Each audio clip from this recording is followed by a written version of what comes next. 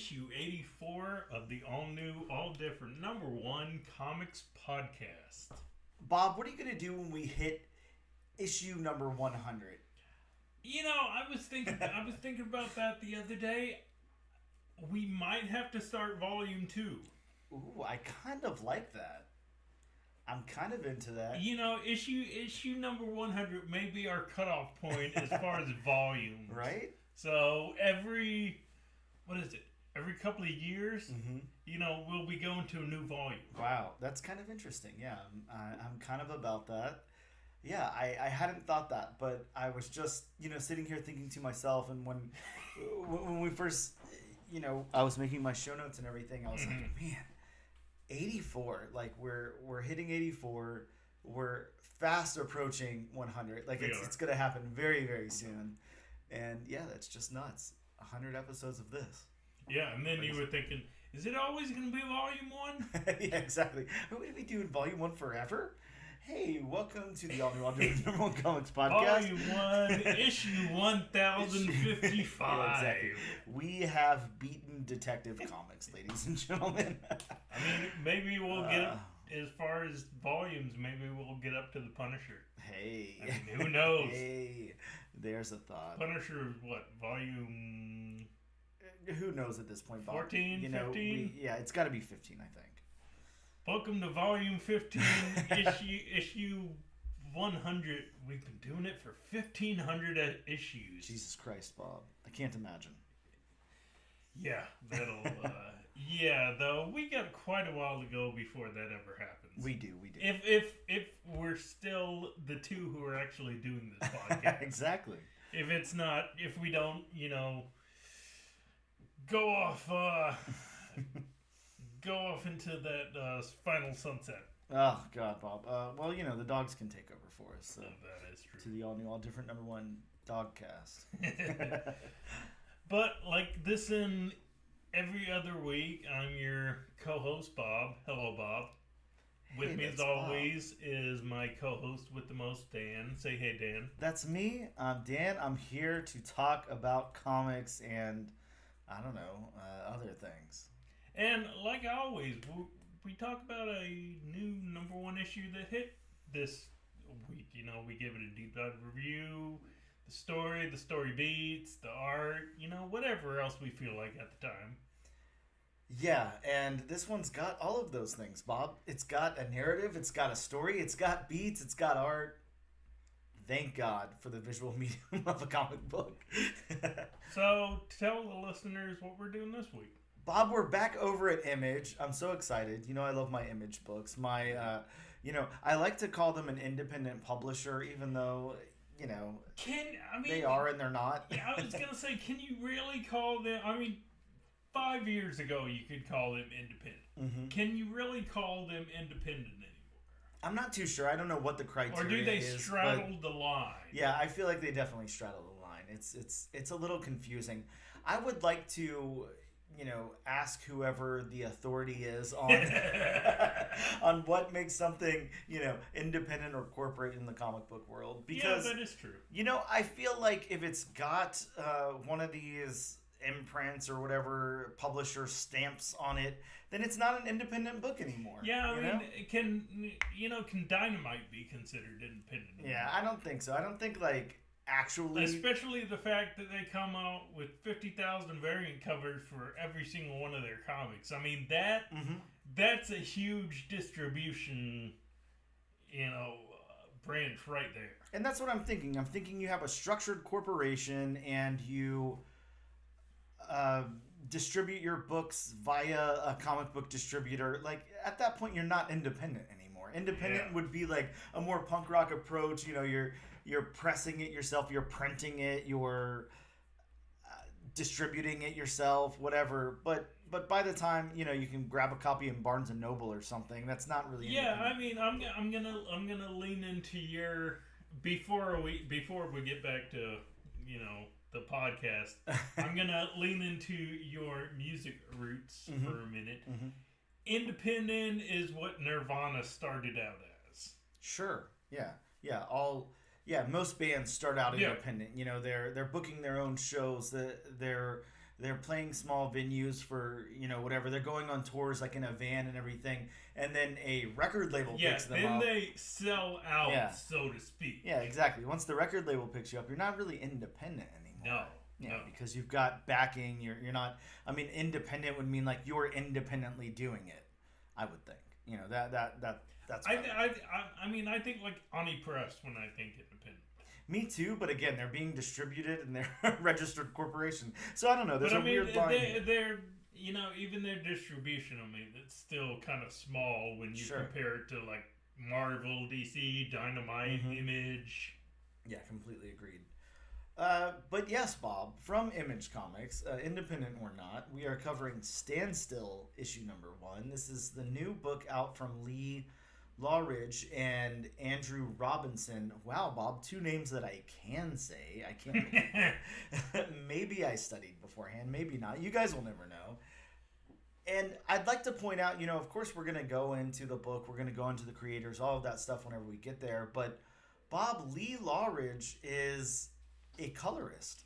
Yeah, and it's funny you mentioned that because actually Jonathan at our local comic shop, Gotham City Limit, he actually pointed that out to me because he asked me about Lee, and I'd never heard the name before. And I've read a lot of, just like you, I've read a lot of comics over the years. Sure. So, I'm familiar with writers, not as much as you, and I had just never heard the name before. And yeah, he came back to me a few minutes later, and he was saying, "Oh yeah, this guy was colorist, and now he's this is the first thing he's actually written." Yeah, and a colorist on some big stuff. He did Deadly Class, which I think, when you think of Deadly Class, obviously it's a really cool book. It's really well written and all of that stuff. It's got a cool vibe to it and stuff. But the colors really do kind of pop out of that book. A lot of times you don't notice the colors, like if the colorist does like a good job, then you just don't really notice them at all. Right. If they do like a great job, then we're really, kind of talking about them. Yeah, but to compare it to football, it's like an offensive lineman in football. If you don't notice them during the game, then they're doing their job well. If you notice them during the game, that means they're either A, not doing their job well, or B, they're getting a penalty called on them all the time. Well, yeah, and it's, kind of the same thing in comics. Yeah, I could see the road where, the colorist is doing too much or not doing enough for the scene or whatever. Right. Lee definitely on the opposite end of that. It's kind of like he shines, in the books that he does, because I'm just thinking of The Good Asian and Deadly Class, and the colors in those just really, really pop. So yeah, it'll be very interesting to hear our thoughts on how Lee writes a book and how this goes and everything. But I'm excited to talk about this one. And yeah, again, that's Image Comics Standstill, issue number 1 of 8, Bob. So yeah, 8 issues of this book. Yeah, I didn't realize it was 8 issues until I saw the front that it's 1 and 8, and I'm like 1 of 8, and I'm like, oh, 8 issues, which I'm assuming each one is going to be an oversized issue like this one was. Yeah, this is a very oversized issue, Yeah. Bob. Usually we're getting, 40, 44 pages for an oversized? Yeah. This is 60. This one just kept giving. 60? Yeah, Wow. 60 pages. Wow. But yeah, I don't know if the next few issues will be as big or if they'll be standard or what. I guess we'll find out soon. With that being said, you guys will find out soon because we're going to take a quick break. I don't know what that meant, but we're going to take a quick break.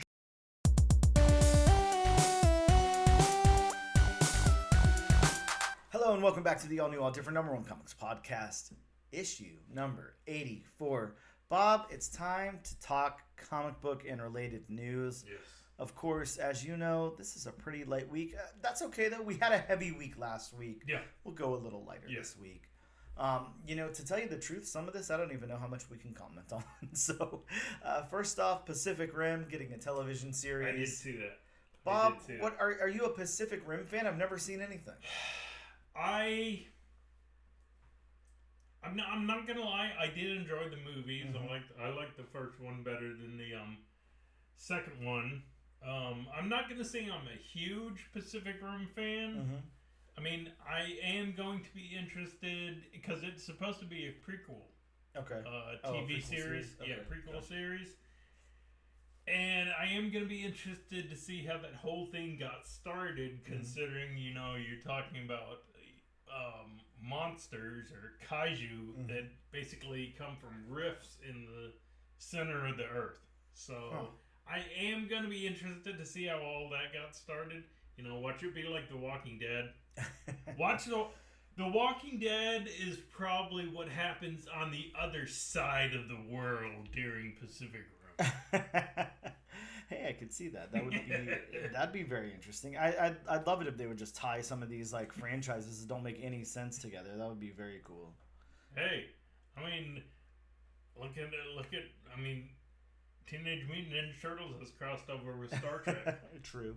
And Stranger Things, all kind of stuff. Yeah, I mean, talk about franchises that have nothing to do with one another. Very true.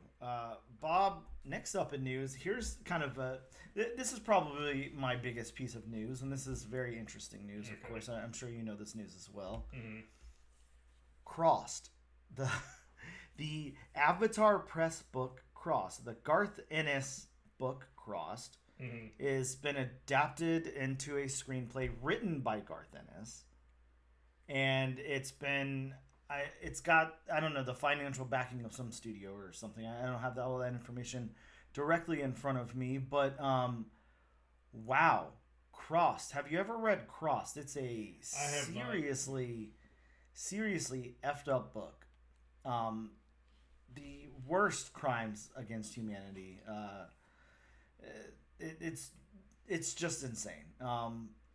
It's insane, and civilization crumbles, and there's just these unbelievable acts of violence all around everybody, and it's insane. I don't even know like how to describe this book to anyone other than it's pretty messed up. And I'm actually sorry to stop you. No, please. But I'm actually seeing that it's going to be backed by independent producer Six Studios. Okay. Yeah, Bob, this is an insane book. I can't believe that this is getting adapted. I don't know who's gonna put this out, but yeah, it's pretty crazy. To tell you the truth, the only thing I have is I have a single issue of Crossed, and it is an homage cover to that Black Cat comics. The classic cover of the Toulouse-Lautrec cover. I don't know who it is, but it's the one with like it's like a firecracker or bomb or something going off in someone's face. You'd be very familiar with it if you saw it. I can't. I'm sure. I can't think of exactly how to describe it right now, but yeah. Anyways, Crossed, insane. It's getting an insane screenplay written by Garth Ennis. I don't know. This will be very interesting. And here's one of the really interesting things that goes along with comic book speculation and all of that. So Crossed has a 0 issue from Avatar Press. It's got a cover price of $1. It has been nothing for so long, until this announcement. Yeah, exactly. Up until this announcement, you could pick this book up for a few dollars. Now it's consistently selling for $50. Everybody is buying it for $50. And what you guys didn't see there was Bob showing me some completed eBay sales of Crossed issue 0 selling for $50. So, and a 9.8 issue 0 that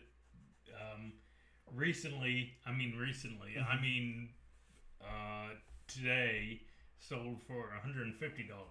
Yeah, I mean, this is becoming a key issue now, which is crazy. Nobody wanted this book before, so but that happens, Well, again, like I said, I've never heard of it. Yeah, it's just one of those insane books. It's one of those you kind of leave alone because you're just like, wow, it's just disgusting. Like, it's just carnage everywhere. That's all you can think of whenever you think of Crossed. But Bob, in some sad news, I know this is probably really going to upset you, so I'm going to pull out the tissues for this one. Todd Phillips and Chris Hemsworth, Hulk Hogan biopic has been shelved. It's not happening anymore. So I would cry, but to me that's not exactly sad news because I thought that production was a little iffy to begin with. Well, I'm not gonna lie. Here's what I think. For one thing, Hulk Hogan is already one of those characters that, like, it seems like he would be a little hard to portray because he himself is like a cartoon character. You know, he's like here you have this like bulked up dude with like, you know, he's like pretty much completely bald, but he's like covering it up all the time, and he's just so goofy. He did like now jacked up. He didn't take steroids. No, sorry, not jacked up in that sense. But and then, you know, of course, not to get political or show our side or anything here, but, you know, in recent news, just pretty disappointing. You know, some of the stuff that he's done recently. I was gonna say politically, there was that little, you know, tirade that he went on a few years ago. That didn't, you know, put him in a good light. Yeah, I don't think I would want to portray Hulk Hogan in a biopic. But yeah, this is not moving forward. I mean, even Chris Hemsworth aside, I don't know how you would be able to portray Hulk Hogan. Yeah, completely agreed. I don't know, maybe pick somebody cool, you know, do a Roddy Piper biopic, and I'll gladly watch that. You know, do Jake the Snake, throw Iron Sheik in there. I don't know, but yeah, Hulk Hogan. I don't know. Who cares, you know?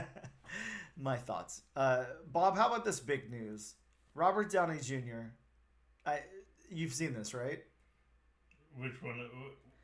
So he has come out and confirmed that he's playing Victor Von Doom. Oh yeah. So I've seen that. So everything that I thought, don't exactly know why we need a confirmation of that. Well, yeah. I mean, I think everybody was thinking, you know, that it's Doctor Doom, like from an alternate universe or whatever, and now it's just straight up Victor Von Doom. How is this gonna work? How is this gonna work, Bob? You know, I don't know. I just don't know how people are gonna be able to separate him from Iron Man. I honestly, if that's the case, I just don't see what the purpose is.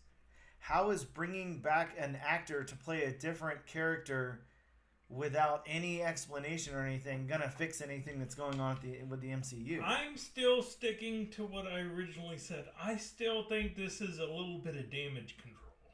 No pun intended. Well, yeah, but I mean, I just don't see what it does. Like, it just doesn't seem like it's fixing anything. It'll bring you know, bodies back to the movies. I think it's too confusing for people, though. I mean, it is definitely. Don't get me wrong. I mean, I'll be the first to say I'm glad to see Robert Downey Jr. back in the MCU. You know, I think he, you know, killed the character Tony Stark. Yeah, of course. And I don't really have any doubt that he's going to do a good job as Victor Von Doom. But part of me is kind of like, okay, is it just going to be Robert Downey Jr. playing Tony Stark / Iron Man as Victor Von Doom? I mean, you mean like actually? Yeah, I mean, is his Victor Von Doom? Because if you think about it, Victor Von Doom and Tony Stark have a lot of the same qualities. Sure. Just Victor Von Doom doesn't have as much of a moral compass. I mean, we all saw what happened in the Axis event. I mean, Tony Stark was basically Tony Stark just turned up to 11. Yeah, this is just I don't know. I don't know. I'm at a loss for words. We'll see what happens. It'll have to play out before we can really say anything. I think obviously I'm not seeing the purpose just yet, and hopefully there will be one. Anyways, let's move on from that because I don't know what else to say. Bob, here's some news for you. Hopefully you can elaborate on this one a little more. Okay. What the hell happened with Star Wars The Acolyte? Please elaborate. I'm disappointed in. Okay, you know, and me and a good buddy of mine we're texting back and forth about the same thing. He asked me if I was, which I am disappointed that they canceled The Acolyte. I mean, I was really looking forward to seeing where that went. Yep. And I mean, they had some loose ends they could tie up in season 2, but I think Disney listened too much to the fans on that. Okay. You know, I think they listened to all the negatives and saw all the negative reviews and, you know, looked at all the sites and saw what it was getting. I mean, we all know famously on Rotten Tomatoes, the audience score was under 20%. Well, yeah, of course. I mean, it had a woman of color in lead, so what do you expect? So, yeah, I think that, I mean, I could be way off base. I mean, it could be a financial thing, you know, it could be a number of things. So, this is just me spitballing right here, but I think that was just Disney listening too much to the fans. Well, yeah. Sad. My last little piece of news, Bob. Miles Morales has a new Spider-Man suit made out of vibranium. He's gifted a new Spider-Man suit from Black Panther. Look, I didn't read too much past the headline. I don't know what this is in. Black Panther in the neck? Maybe. This could have happened in the Miles Morales Spider-Man annual that came out this week. I haven't read it yet, so I'm not too sure. But yeah, that happens. So look forward to that. You know, I'm ready for people to start cosplaying vibranium suits at Comic-Con. So if you guys get your hands on some vibranium, I haven't seen that. I'm kind of interested to see what it looks like. Yeah, very cool, I'm sure. Unless you have anything else, Bob, that's going to wrap up our short news segment this week. Yeah, like Dan said in the beginning, I mean, this was very news light, which, I mean, there's gonna be some of those. I mean, we got weeks where the news just keeps on pouring in and keeps on pouring in, and then there's gonna be weeks where just because there was so much news the week before, there's gonna be, you know, virtually no news the next week. So don't worry, you're gonna have those weeks. I'm sure right after we publish this episode, James Gunn will come out and say that the entire Superman movie is CG or something. You know, something big will happen. So, and then, you know, Madonna will be cast as George Batman. Lucas already beat you to it, buddy. Who does it better, though? That's the real question. George Lucas. All right, we're going to take a quick break and we'll be right back. Hello and welcome back to the all-new, all-different number one comics podcast, issue number 84. Bob, some new comic books dropped in stores this week. There might still be an opportunity for you to run over and grab some of these issues if any of them sound of interest to you. And if you're anything like Bob and you're on like a 3-week vacation or whatever and you don't have to work all week, then you got plenty of time to go to your local comic book shop and pick up some books. I'm not bitter at all. Yes, it was nice actually going to Gotham City Limits and picking up my comics on New Comic Book Day. You know, Bob, I'd be mad at you if you didn't put a copy of Standstill in my pool for me, so I can't get mad this week. But next time. Next time, Gadget. Next time. Yeah. Bob, from Marvel Comics, we got Giant Size Thor issue 1. We also got Miles Morales Spider-Man annual 1. An introduction of Miles' relatives. We got Namor number 2, the first appearance of Kailani, and Predator versus Black Panther number 1. That's right, the team up you've been waiting for a whole week. Predator, Black Panther. I mean, I think it's kind of logical, actually. Sure. You know, I mean, both are you know, highly intelligent hunters. Mm-hmm. Very true. So what about the upcoming Predator versus Avengers? I think that's next week. Yeah, I think so. Yeah, that'll be interesting. We also got Spider-Woman 10, a possible introduction of a new Champions roster, Bob's favorite of all the possibles there. Ultimate Spider-Man issue 8, the first team of Kingpin Sinister Six, and the first cameo appearance of Felicia Hardy, the Ultimate Black Cat, in a photograph, Bob. Yeah.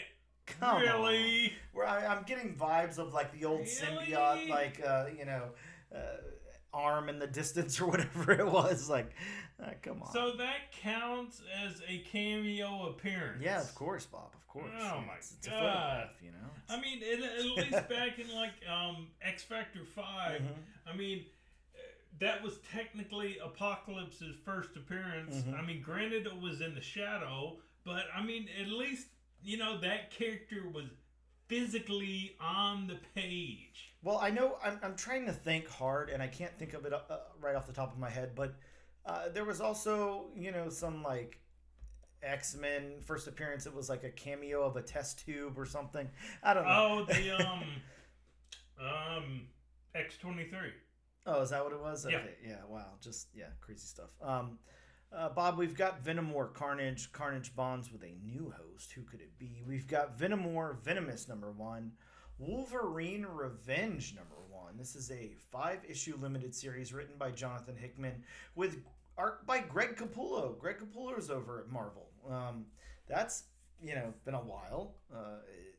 Greg Capullo over. I was about to ask because I couldn't think of anything that Greg Capullo had ever done at Marvel. I mean, maybe nothing. Maybe it hasn't been a while. Maybe this is the first time. But yeah, Greg Capullo over at Marvel doing Wolverine. And we also got an awesome red band edition, polybagged, uber violent red band edition of Wolverine Revenge #1. Bob from Image Comics, Destro, issue 3. It's got the first full appearance of the Chameleon. How many copies did you buy? Just the Gotham City Limited Tyler Kirkham exclusive. Oh, so they've got exclusives on every issue? Oh yeah, all 5 issues. Tyler Kirkham's doing a cover on each of them. Wow. Okay. And they're connecting too. Ah, very cool. Very cool. From Dynamite Comics, Bob, Powerpuff Girls issue #2 came out this week. From DC, we got Batman Superman World's Finest 30, the origin of the Trinity's first team up. Yawn.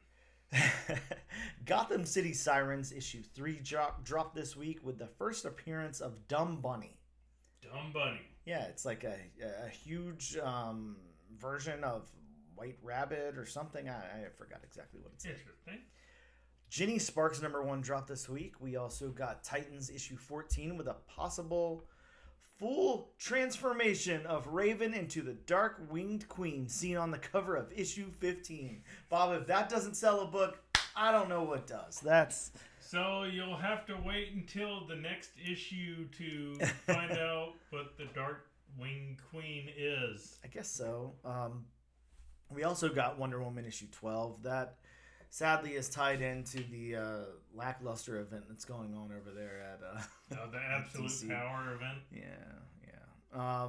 From Titan Comics, speaking of huge bunnies, we got Huge Detective #1. Doesn't have bunnies in it, but the detective is huge.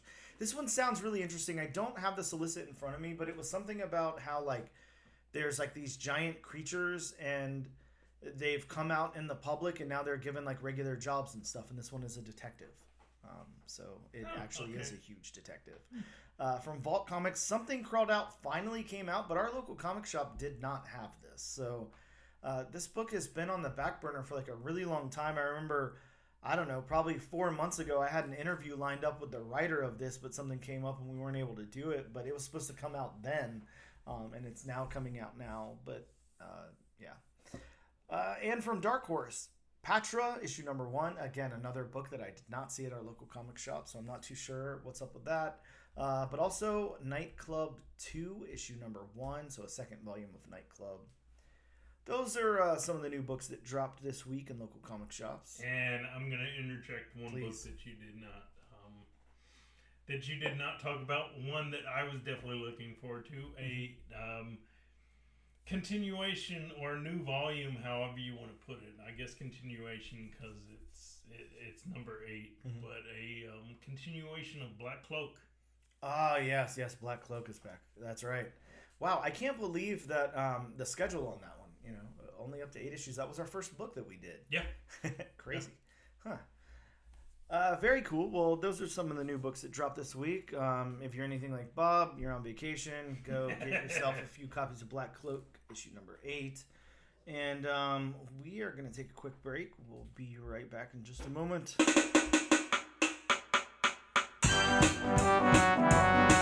it up. And we are back with the all-new, all-different number 1 comics podcast. I am a robot. Issue number 84. Bob, it is time to talk about Image Comics' new number 1, Standstill. Mm-hmm.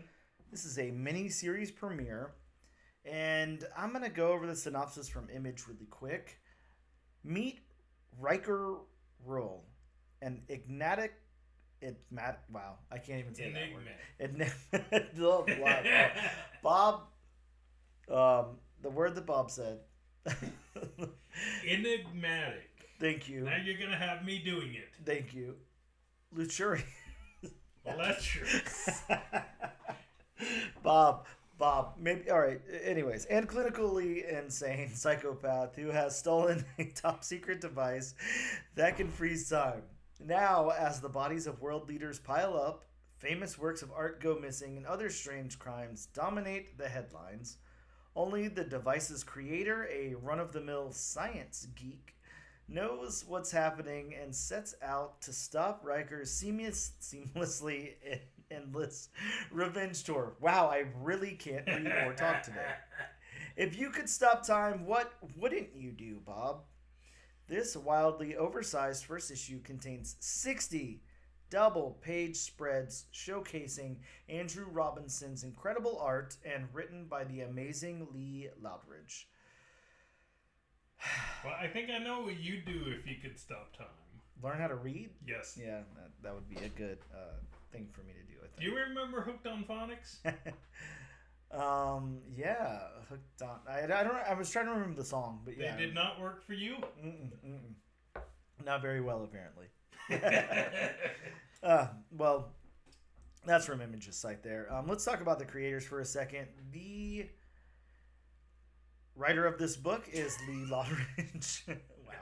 Wow. And he is best known as a colorist, Bob. Like we talked about before, big on Deadly Class, on lots of fun stuff. He's worked on Fables for a lot of issues here, it looks like.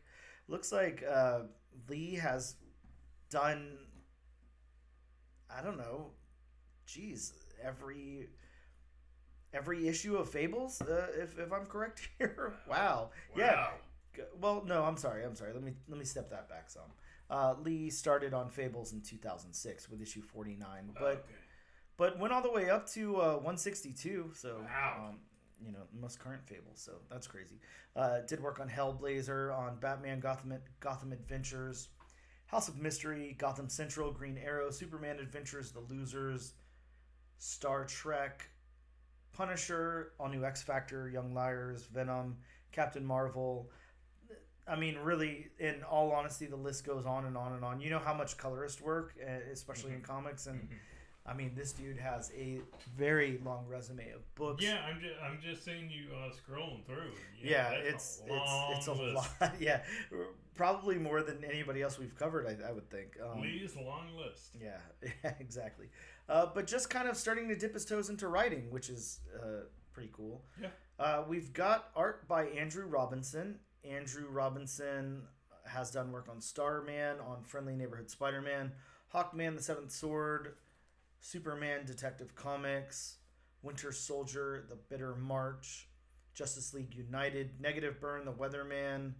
And I think the big thing about Andrew Robinson that I remember is cover art. I'm trying to remember exactly what cover art, but okay, Plastic. You remember that book, Plastic? Mm-hmm. I think he did all the cover art on that, and as well as Shirtless Bear Fighter. I think he did the covers on that. Yeah, just really cool art, really cool, unique style. Let me get into my synopsis really quick because it's kind of long, so bear with me on this one. Hopefully I didn't write any words that I can't read, but we'll see. Standstill opens with a clearly out of place man ordering a drink at Murder City Devil's Biker Bar. He argues with the bikers as they insult his clothing, and he flips their narrative on them by informing them that the origin of their conformist biker attire comes from a gay actor. They try to fight him, but he uses something to manipulate time and leaves a pile of bodies behind, with the main biker holding the blade as he escapes. Next up, we meet scientist Colin Shaw, as his girlfriend or wife leaves him due to him being obsessed with trying to figure out what's going on with the world leaders being assassinated, drug lords beheaded, and so on. Over to the Roxbury Diner, the man from the beginning sits and drinks coffee. He asks the waitress what she wouldn't do if she could stop time. He then disappears and leaves stacks of blood-soaked money behind for the waitress. Back over to Colin Shaw, he continues to research and finds multiple huge events in different places of the world at the same time. Next up, a Turkish Airlines plane somewhere over the Atlantic. A man tells the man sitting next to him that he plans to turn Karachi into the next Vegas. The Vegas guy hits on the stewardess, and the other man freezes time using a device on his wrist. When time comes back, the Vegas man is gagged with Rosebud written on his forehead. Over to the Pentagon, a general learns that the time-freezing device has been stolen, but Colin Shaw can help make another. And then we head over to Karachi, and Bob, I'm not going to lie, I have no idea what happens in that last scene. It doesn't really say anything. I guess it's just to illustrate that somebody's over in Karachi, but we can talk about it more. Wow, let's get into this book. A lot happens. Yeah, a lot. Yeah. How about the story beats here? They do that thing where they weave in and out of different times and different places and people and everything. So we go from obviously the man who's stolen the device, whose name is Riker Rule, or Raul or whatever, but they never say his name in this book that I recall. Did you ever see his name? I don't know. I don't believe I ever saw his name, actually. Yeah, I think it's just, this happens sometimes. Sometimes in the solicit they say the name or whatever, right? And it doesn't come up till later issues. But I was gonna say solicits aren't exactly made for each individual issue. Yeah, exactly. So it starts off with him kind of displaying how he uses this time manipulation, and then we move over to the scientist who's basically going to help us build another one, and we kind of go back and forth from there. How did you feel about the beats in this book? I mean, for the most part, the beats worked for me. Mm-hmm. I mean, and I'll explain this a little later, in further detail. But the beginning few pages kind of slowed it down a little bit. Okay. For me. That first scene, the biker scene, or yeah, okay. I'll actually go ahead and explain what I meant. To me. And, I really didn't have a greatly big problem with this, but I can see where certain people would have a problem with it. Mm-hmm. I think he focused a little too long, especially, with the, whole, homosexuality, all that kind of stuff. I think he focused a little too long on it. Yeah, it I'm with you. It could have been just a line or something. But I'm not going to say it made me feel uncomfortable, but it was kind of like, especially this day and age, it's, it's, I mean, you could have gotten away with that 15, 20 years ago. But, even 10 years ago. But nowadays, it's kind of like, you may not have wanted to focus that long on it. And I get it, but I do kind of think that what the story that they're telling here is about a bad guy, that's obviously Riker or whatever his name is not supposed to be a good guy, or he's more nuanced than that or something. But yeah, I could see where given his personality and what he's doing and everything, that that would be important to him to call somebody else out, to flip the narrative on them or whatever. I actually didn't have a problem with it, but I do get your point of view. I totally get what you're saying. I don't think that it's off limits to portray somebody as that kind of Oh person. no, I don't think it's off limits, but you don't need to focus on it as long. Yeah. As Lee did. Mm-hmm, I'm not saying, what was written was a bad thing, was anything bad or anything. Sure. I just don't think you needed to focus on that narrative that long. Yeah. And I totally get you. It's just I think a lot of times we're reading these comics, nowadays they seem like a pitch for a TV series or a movie or something.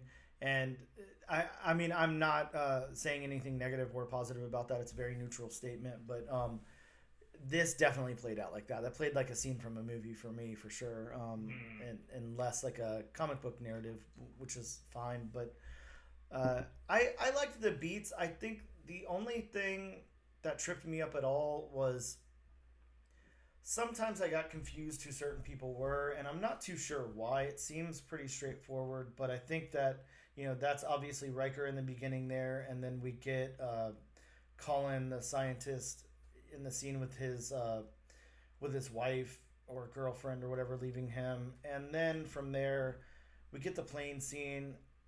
That's Riker in the plane next to the Karachi Vegas man.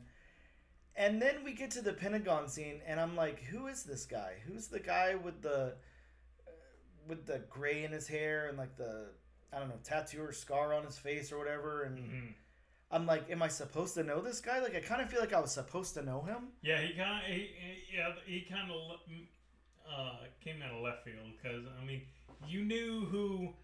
Of course, you knew who the general was. You knew who his lackey who told him that the device was missing. I mean, as far as I know, we'll probably never meet them again. Yeah, probably not. During the rest of the series if we continue. But yeah, the other guy was kind of like, who exactly is that supposed to be? I haven't seen him in the rest of the book. Yeah, I almost wish we would have gotten some kind of introduction. I mean, I'm sure that's setting up the next issue. He's going to be a big part of it. I mean, I can tell by the way they introduced him. I'm sure, but I mean, for a number one, for a number one issue, you kind of want to, know a little bit about the main players. Yeah, it would have been nice to know a little bit more about who he was. How about the dialogue then, Bob? I will say the dialogue worked fine for me here. I think it's really well written. It definitely, like I said, it's got that TV show or movie feel to it. Like, I feel like people are, reading lines that are written for them kind of thing, which is not at all a diss on it. I'm just saying I think the dialogue worked just fine. Yeah, I really didn't see anything that was a problem here, in my opinion. Do you have thoughts? To me again, I'm gonna go back to the the setup scene in the very beginning. That's the only issue of the dialogue I had. Again, I mean, just focusing on that one aspect for as long as he did. Yeah. I mean, if he had said something for like a panel, I mean, that would have been fine. But I mean, we're talking about multiple pages, pretty much of talking about homosexuality and how your clothes are gay, all that kind of stuff. Yeah, I understand. I did think it was funny because I like whenever something like evokes thoughts, my brain to spin its wheels a little bit or something. And I do like the line of like the conformist biker uniform or outfit or whatever he said, because it is something you don't think about, inherently, But yeah, a lot of people in certain groups and stuff like dress very similar. Like, it's like, where did this come from, and how does that identify you as what you are? I think back a lot to like, growing up in the music scene and growing up like around punk music and stuff, and it was like such an anti-conformist movement or whatever, but yet everyone's dressing the same, I was gonna say, and I thought it was cool how he tied that into Marlon Brando. Yes. And the Marlon Brando biker movies. I mean, I'm like, whoa. I mean, what comic would do that? Yeah, it was a pretty cool tangent to go on. I kind of liked it.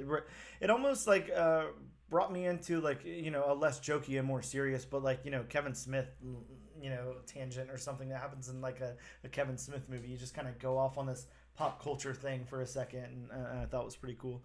But yeah, I like the dialogue overall. I thought it definitely worked here. The narrative of the book then, what thoughts did you have on the narrative? I mean, then narrative for me was pretty much straightforward. I mean, I got, you know, especially in that opening scene, I got a lot of like the, just to go off of a recent thing in my memory, I got a lot of the Moon Knight TV series. Oh, okay, yeah. You know, those moments where it's like, okay, something happened, but it's like, whoa, you don't know exactly how it happened. Yep. Mm-hmm. You know, I got a lot of the, you know, those narratives, and then, you know, you get to the scientist and his wife. I mean, you know, you know, most wives, I'm sure, would do that if their husbands were so obsessive and just, you know, I get like a Reed Richards, Sue Storm kind of relationship. Yep. Mm-hmm. You know, from that, they still love each other, but yeah, you know, she can't take it that he's absent all the time and he's down in the basement all the time. You know, the Pentagon scene was the only hiccup for me as far as the narrative. It's kind of like, okay, why all of a sudden is this guy important to the narrative? Because he hasn't lent anything else to the narrative, so. And I think that's where my confusion is, because, you know, they talk about Sebastian. They talk about Colin Shaw, and then they introduce that character, and I'm like, okay, is this Colin Shaw like in a disguise? That's the only like thing that would make sense to me, because I'm like, we're talking up Colin, and then we show this character. I'm confused by that, but again, I think the next issue will flesh that out. Well, and figure out what's going on. Here's also one thing that you brought up Colin Shaw that I just thought about for the narrative. Why do they have to use violence to get Colin Shaw to make a new device for him? Why can't they just ask him? Sure. Yeah, there's I don't know. Good question. I mean, wouldn't that be a better way to try to get somebody to make you a device that they already made? Hey, do you think you could make this device to stop this, you know, guy who's got your other device that's causing trouble? Yeah, I'll work on it. Well, we are talking about the U.S. government, so I mean, maybe there's your answer. Don't forget Guantanamo. But That's a different story for a different day. Yeah, it sure is. Well, I would say narratively, yeah, I really like this story. I really like where it's going. It's, you know me, it's got like glimpses of like a Twilight Zone influence and stuff like that. Yeah, so. it's you know, and to lend to me, it's got the X-Files. Yeah, exactly. Kind of quality. Exactly. So, yeah, I like the narrative here. I think the story works great. I like the shifting perspectives between Riker and Colin. Yeah, though I gotta say, thank goodness, especially switching from Riker at the bar to Colin and his wife. Thank goodness we get that little bit of, I guess you would call it, almost like exposition. You know, saying it's Colin Shaw, because if we hadn't gotten stuff like that, I would have been so confused as to, sure. Is this the same person? Did he dye his hair? I don't understand. Yeah, I'm with you. And then the world building, Bob. The world building's great here. I like the world building a lot. They really kind of took their time and fleshed this out and everything. I think the world building works great. It moves kind of all over the place, and it works really well. Let's get into the art by Andrew Robinson. Character art. I keep saying sorry for that, but there we go.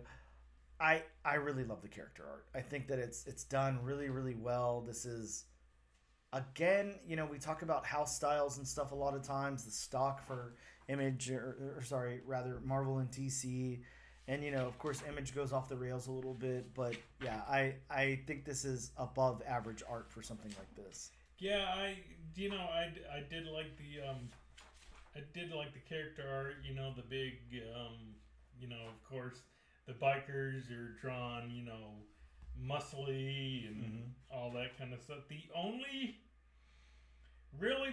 issue I had with the character art was the waitress. Okay. And I'll show you kind of what I mean. The mouth. I mean, if I could say I had an issue with anything as far as character design, the close up of the mouths were the only issue I had.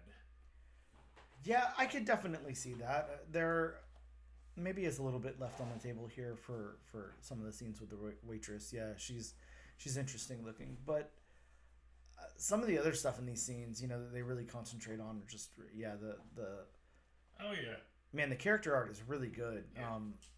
Very, very interesting character art. It's very God, I wish I could think of a word. Like, it's, I don't know, it's got this weird elasticity to it or something. Like, I feel like I'm fluidity. Yeah, it's good. I really like it. How about the backgrounds? Of course, if you guys are just tuning in for your first episode or whatever, then you wouldn't know that backgrounds are very, very important to Bob. Every issue must pass a unspoken background test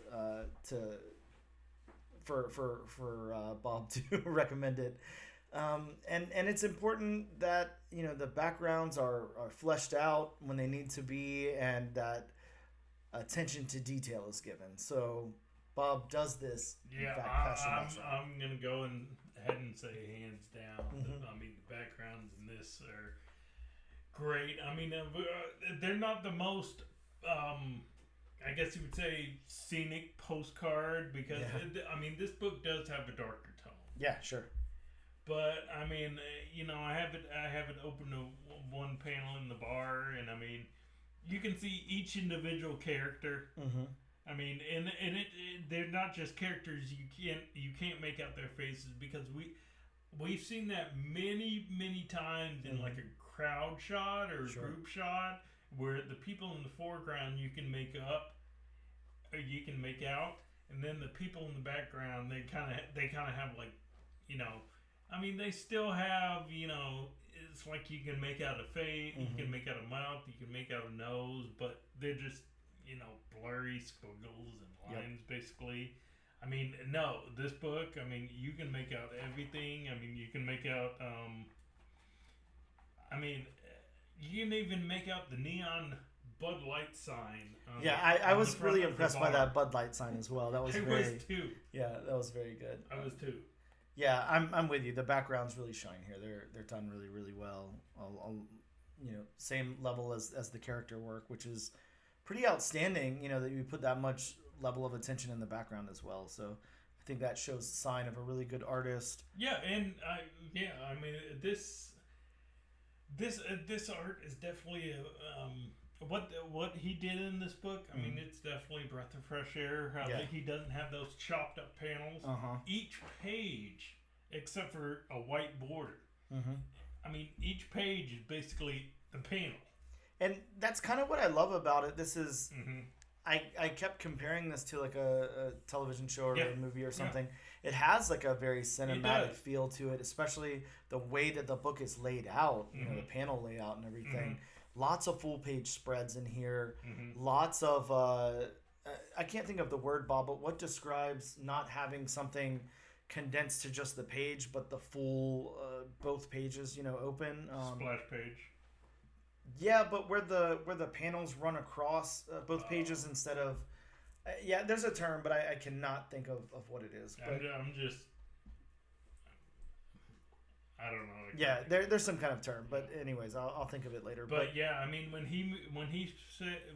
Dan says, full page, he means full page. I mean, I have it open to the scene where she throws the money on the table and it says in blood, "What wouldn't you do?"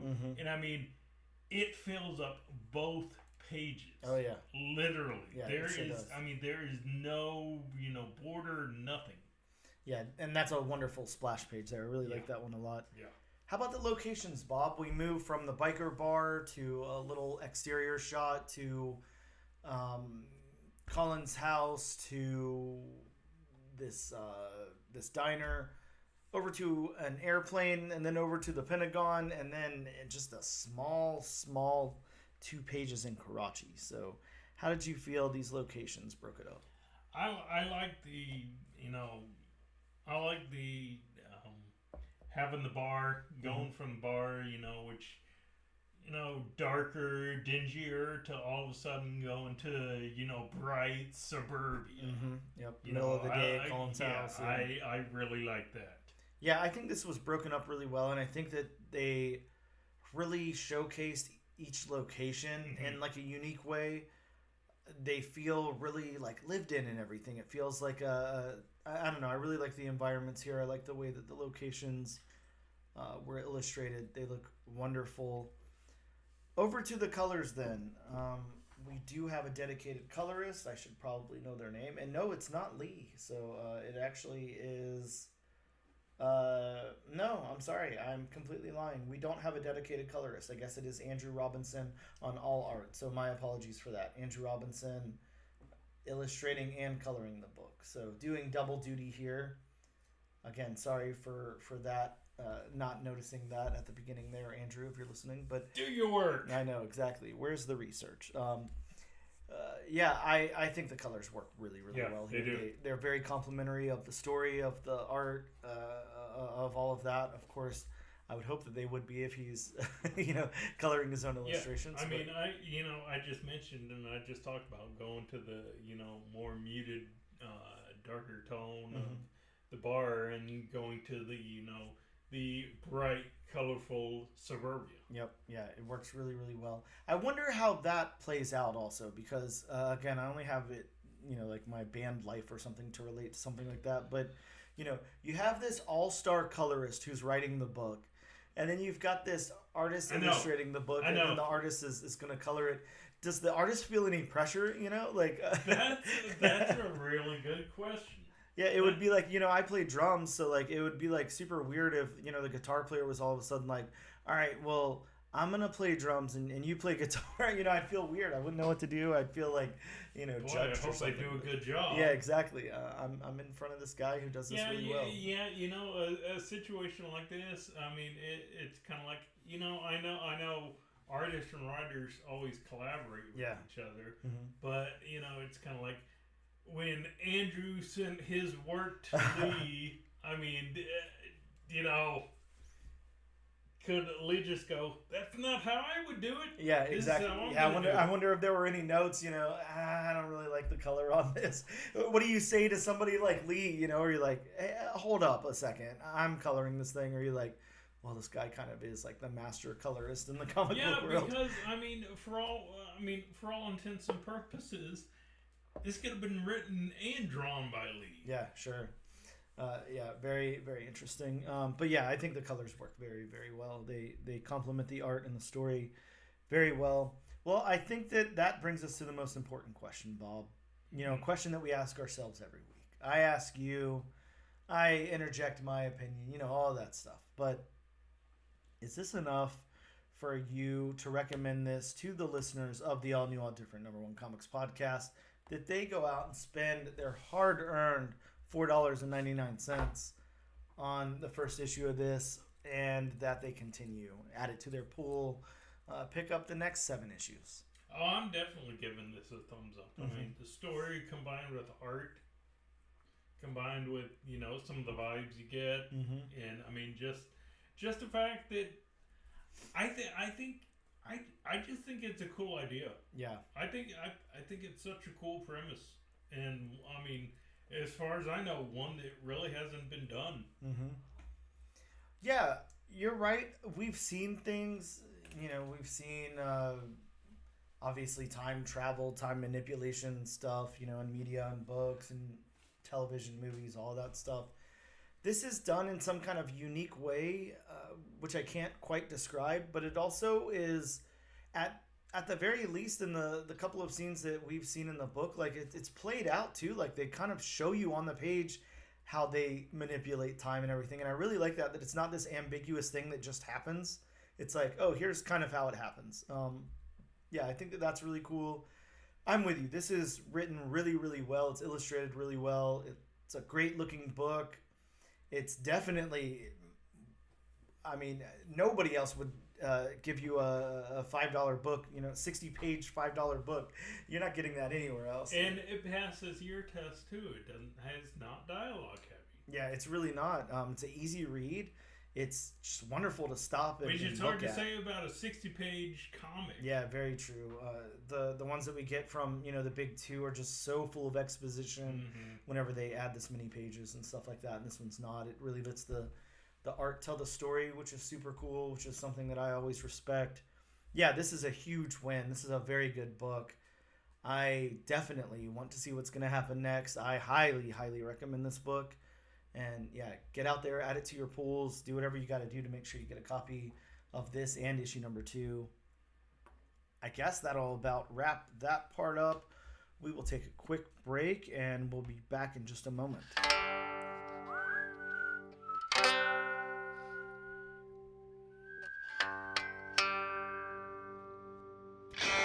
And welcome back to issue number 84 of the All New, All Different #1 Comics Podcast. Bob, it's time that we talk about some new comics that are coming out in local comic book shops next week. Hopefully, fingers crossed. But of course, before we do that, we have a very, very special public announcement to make. It's disclaimer time. Welcome to disclaimer time. Freeze time for disclaimer time. Welcome to disclaimer time with Bob. That was very appropriate Right? for the book. Topical for the book, right? I'm sure you've seen Anchorman, right? Oh yeah. I really need to get a clip of I need you to stop what you're doing and listen. I really need to do that. We need to get on that. If it wasn't already copywritten. But like I say, this and every other week, these are just some of the books that are coming out. I mean, if you want a more in-depth list as to hopefully what's coming out next week, distributing pending, you can always call your local comic shop. Please and thank you go a long way. Yep, you're not wrong about They that. still do in this, topsy-turvy world of ours. Wow. They may give you a little description, tell you who's writing the book, tell you who's illustrating the book, maybe even coloring the book. Could be somebody great like Lee Lobert. You never know. I mean, you can always, there's always the go-to avenues. There's Harry Potter Owl, John Wick Tube System, Unicorn, Snail Mail.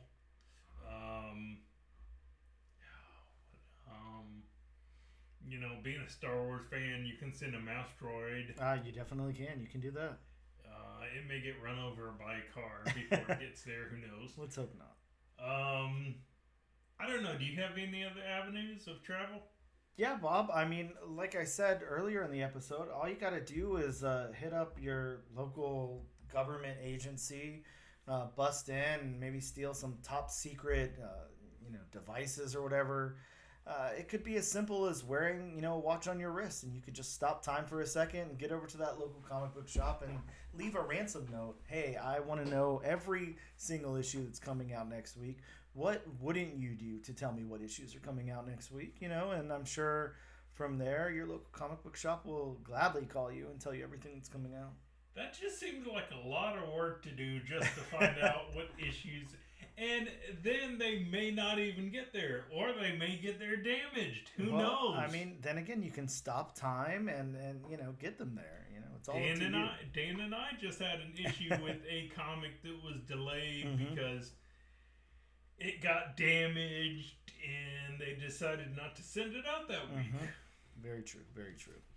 Damn you, grommets. So, starting off the list from Detective Comics. That's always a mouthful. It sure is. We have Green Arrow number 15. Yeah, Bob, another Absolute Power event tie-in. This time it's Green Arrow's turn for the ticket to destruction. I know you're looking forward to it because you love that new event, Absolute Power. I do love my Going events on over right at now. DC. Yeah. Staying with Detective Comics, we have 0 Hour 30th Anniversary. It's been the 30th anniversary since 0 Hour. Bob, this is a one-shot revisiting the story of Green Lantern Hal Jordan's time as the villain Parallax. Because that was everybody's favorite time in Green Lantern history. Sure as hell was. What else is going on over at Green Lantern? Staying with Detective Comics, we have Absolute Power Origins number 2. The origin of Task Force X. Here, you're going to do this. I'm going to implant a bomb in your head. Now you can't leave my task force. The end. Staying with Detective Comics, the publisher with only with 3 characters. We have Absolute Power, Task Force 7, number 5. That's a mouthful. Yeah, this is an event tie-in to the Task Force. The Absolute. Oh God, the Absolute Power event, not the Task Force event. No, folks, he did not put his foot in his mouth. Well, maybe. Going to the House of Ideas, Marvel Comics, we have Ultimate X-Men number 6. Bob, this one has the first appearance of Kenon, a member of Ultimate X-Men, possibly a cameo, whatever that means. Psylocke also becomes the mentor of the Ultimate X-Men team, and we get a possible first full appearance of Ultimate Cyclops, a female version of the character, cameo in Ultimate X-Men 5.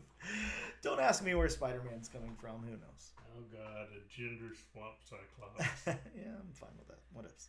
I can definitely see it now. So, Are we getting Kanan in a photo? Possibly. Maybe in a drawing on a napkin in a diner. Going over to the publisher we did today, Image Comics, we have Universal Monsters Frankenstein number 1. There you go. My hiccups are wearing off on you. Whatever term I'm trying to say. Yeah, this is a 4-issue limited series that tells the story of each of the body parts collected to create the monster. That's a very interesting way to tell Frankenstein. I was just about to say that's a very interesting. So I'm wondering if it's the point of view of each body part. Oh wow, that'd be very interesting. Like you see it from the point of view of the arm. Wow, yeah, I'd be into that. Yeah, I might have to pick this one up. Yeah, for sure. Staying with the House of Ideas, we have Incredible Hulk Annual number 1. This is an Infinity Watch Part 6 tie-in here. Bob, I'm not going to lie. I hate the cover for this book. God, it's very interesting. Yeah, I can't say it's the best cover I've ever seen. I definitely can't say it's the worst cover I've ever seen. Yeah, I don't know. I mean, it's not done badly. It's just the content of the cover. I don't know. I don't know how to describe what I'm saying, but... And why does Hulk look like he has Doc Samson's hair? Right? Yeah, what's going on there? I have no idea. Staying with the House of Ideas, we have Deadpool Team Up number 1. A 5-issue limited series with art and story by Rob Liefeld featuring Deadpool teaming up with Major X, Crystar. That's right, Bob. Crystar. Ghost Spider, Wolverine, and Hulk. What the hell did I just read? Crystar is back in the Marvel Universe? That is definitely a Rob Liefeld cover right there. Yeah, it sure as hell is. I didn't know. I mean, I don't understand this team up because at first they had me at first. I'm like, okay, Deadpool, Major X, Liefeld characters. Then we got Crystar and Hulk and Ghost Spider. Like, what is? Well, yeah. As far as this team up goes, Crystar and Ghost Spider are the only 2 characters that are like, why? Yeah, Crystar is a very interesting character to put in there. I didn't know that anything outside of the saga of Crystar had anything to do with Marvel. And I'm very interested to see a Rob Liefeld drawn Ghost Spider. Mm-hmm. Yeah, because just looking at that cover, man, she's been hitting the gym. Yeah. Yeah, she has. Oof. Sticking with the House of Ideas, we have Chasm, Curse of Cain #1. Yes, the 4-issue limited series featuring Ben Reilly as Chasm. Such an interesting outfit. We have Venomverse Reborn #3. That's right, a first appearance of a new symbiote. This symbiote's popping up all the time. We have Venom War Zombiotes #1. Man, speaking of cool covers, that is a badass cover. It really is. I'm gonna pick that one up just for the cover. Yeah, that is the variants on that are gonna be nice. Yeah, that's very cool. We have Marvel 85th Anniversary Special. Marvel is 85. Wow, Bob, we're just one behind them. I can't believe it. An anthology of stories told in the far future of the 85th century about Marvel heroes from the past. Man. We have Phases of the Moon Knight #1, and let me say, that is one of the best titles ever. Oh yeah, very cool title. This one has the first appearance of Moon Knight of the Old Crusades and the origin of the Shroud as Moon Knight. Very interesting. Indeed. And then finally, sticking with the House of Ideas, we have, you said Predator versus Avengers. Oh, sorry. Earlier. Aliens. We have Aliens versus Avengers #1. Yes, a 4-issue limited series. Aliens, Avengers, Predators, Vibranium, Spider-Man, and Crystar. See, I would think the best hero to fight the alien would be Luke Cage. Ah, very interesting. Because, I mean, you know, acid blood, indestructible skin. What about the Crystar, though? Yeah, I mean, possibly, but I mean, again, as far as we know, Luke Cage has indestructible skin. Kickers Inc. US 1. I don't know. I could go on and on forever. Bob, there's also, as I mentioned off air, Archie the Decision drops. Archie's finally got to decide between Betty and Veronica, and it's going to happen in that issue. And we're getting a Popeye book from What Not Comics called I Lie Popeye, issue #1. Bob, we've got 3 books on the wheel. Of course, we're going to spin the wheel from the lovely wheelofnames.com, not sponsored by. You know, Wheel of Names, you could sponsor our 100th episode. That's all I'm saying. Yeah. You know, finally get it in there. I mean, you could start with number 85. Hey, why not? Hey. And then we could be sponsored by. Bob, it looks like we're covering Universal Monsters Frankenstein next week. That'll be the book that we cover. All right. Very interesting premise. Yes. I want to point... I really want the point of view of the limbs. That would be very interesting. I love those. I mean, you know, years ago we got that episode of the TV series Supernatural from the point of view of the car. Ah, yes. And that's one of people's all-time favorite episodes. Ah, well, so yeah, I mean, I'd love each comic has a point of view of a limb. that would be very cool. You guys will have to tune in next week to find out what point of view the book has. Until then, we'll see you guys next time. Thank you so much for checking us out. And yeah, we'll see you next week. Don't ask me why that started playing. Or how to make it stop.